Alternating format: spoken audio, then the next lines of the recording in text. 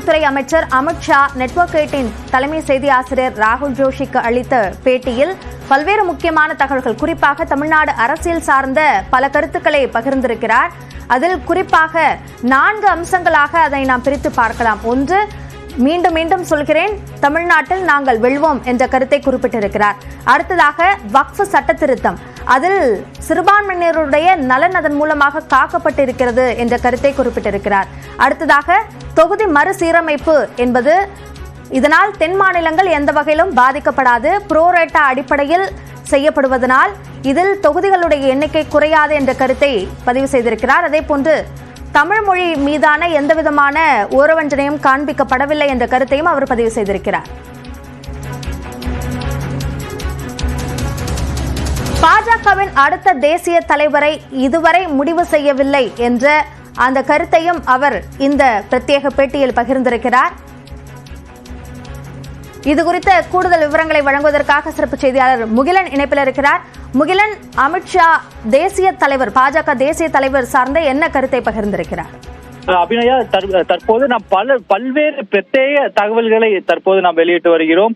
அது இந்த டீலிமிட்டேஷனா இருக்கட்டும் அல்லது நக்சலிசமா இருக்கட்டும், பல்வேறு மக்களிடம் இருக்கக்கூடிய பல்வேறு கேள்விகள் தொடர்பான பதில்களை உள்துறை அமைச்சர் அமித்ஷா தற்போது நியூஸ் 18க்கு வழங்கி வருகிறார். அதில் மிக முக்கியமாக பாஜகவின் தேசிய தலைவர் யார் என்ற அந்த கேள்விக்கு தற்போது வரை இது முடிவு செய்யப்படவில்லை என்ற ஒரு முக்கிய தகவலை தற்போது உள்துறை அமைச்சர் அமித்ஷா கூறுவதை நாம் தற்போது பிரத்யேகமாக வெளியிட்டு வருகிறோம். மிக முக்கியமாக பாஜக பொறுத்தவரை ஒருவருக்கு ஒரு பதவி என்ற விதி இருக்கிறது.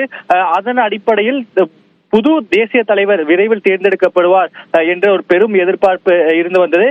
ஆனால் தற்போது அமித்ஷா இன்னும் தேசிய தலைவர் யார் என்று முடிவு செய்யவில்லை என்ற மிக முக்கியமான ஒரு தகவலை தற்போது தெரிவித்திருக்கிறார். தற்போது ஜே.பி. நட்டா ஒரு பொறுப்பு தலைவராக தான் இருந்து வருகிறார். ஆனால் அமித்ஷா தற்போது பல கோடி பேர் தொண்டர்களாக இருக்கக்கூடிய ஒரு கட்சி பாஜக.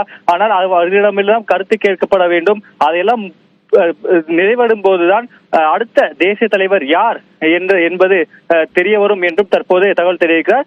மிக முக்கியமாக இதுவரை அடுத்த தேசிய தலைவர் யார் என்பது இன்னும் முடிவு செய்யவில்லை என்ற மிக முக்கியமான ஒரு தகவலை தற்போது பிரத்யேகமாக உள்துறை அமைச்சர் அமித்ஷா தற்போது நியூஸ் 18 தமிழ்நாடு தெரிவித்திருக்கிறார். அபிநயா, முகிலன், இப்ப தமிழ்நாடு அரசியல் சார்ந்தும் வேறு முக்கியமான சில கருத்துக்களையும் அவர் பகிர்ந்திருக்கிறார். குறிப்பாக தொகுதி மறுசீரமைப்பு தொடர்பாகவும் தமிழ் மொழி சார்ந்தும் பல்வேறு கருத்துக்களை பகிர்ந்திருக்கிறார். அது குறித்த விவரங்களையும் பதிவு செய்யுங்கள்.